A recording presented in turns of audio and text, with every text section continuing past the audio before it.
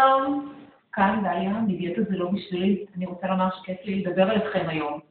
אני רוצה לדבר על הסופר, קניות, אנחנו הולכים לעשות קניות. באילו מוצרים תבחר? למשל, למי שאוהב בייגלה, ומת על בייגלה, ומת על המשלוש הזה שנקרא בייגלה. הרי המדף מלא זה הרבה סוגים של בייגלה, או מי שקונה גלידות. אין כל כך הרבה סוגים של גלידות.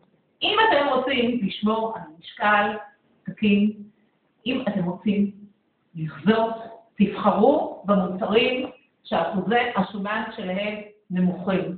אלה הם מוצרים שהם יותר בריאים ופחות מקפיצים מבחינה קלורית את ההשמנה שלכם, בואו נאמר כך. בואו נראה, יש לכם כמה מוצרים שנדרים אותו דבר, אבל באחד מהם אחוז השומן קרוב ל-30%, ובשני כמות השומן ל-100 גרם היא בסביבות 4%. יש לנו מוצרים שאחוז השומן ל-100 גרם הוא 2%.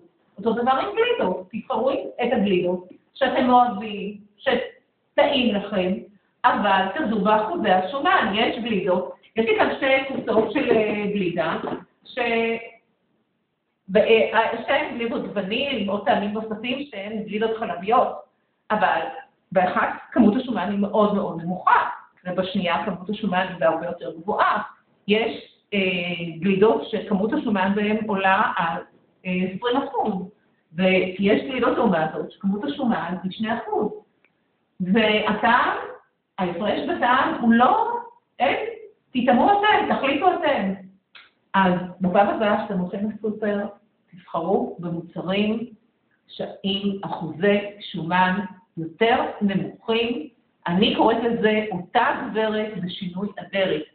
זה נראה כמעט אותו דבר, אבל זה לא אותו הדבר. אותו הדבר עם הבייגלה, זה נראה אותו דבר. אבל בריאותית, ולא רק בריאותית, גם קלורית, זה לא אותו דבר. זה לא אותה גברת. יש לה שינוי אדרת. להתראות.